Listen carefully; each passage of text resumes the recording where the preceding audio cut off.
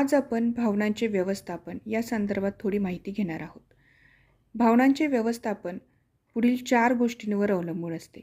कारण, भावना, कृती आणि परिणाम. या 4 गोष्टी भावनांच्या व्यवस्थापनासाठी महत्त्वाच्या असतात. मनातल्या विविध भावनांवरती आपला जीवन चालू असतं. भावना सकारात्मकही असतात आणि नकारात्मकही असतात. नकारी भावना आपलं आयुष्य उद्ध्वस्त करू शकतात आणि सकारात्मक भावना आपलं आयुष्य घडवतात. भावनेप्रमाणे कृती घडते, कृतीप्रमाणे परिणाम घडतो आणि पुन्हा परिणामाप्रमाणे भावना निर्माण होते. हे चक्र आपण समजून घेतलं पाहिजे. यासाठी आपण एक प्रसंग पाहूयात.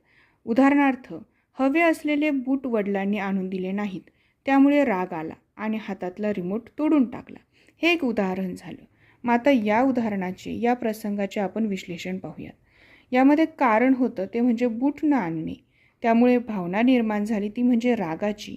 कृती त्यातून निर्माण झाली ती म्हणजे रिमोट तोडण्याची.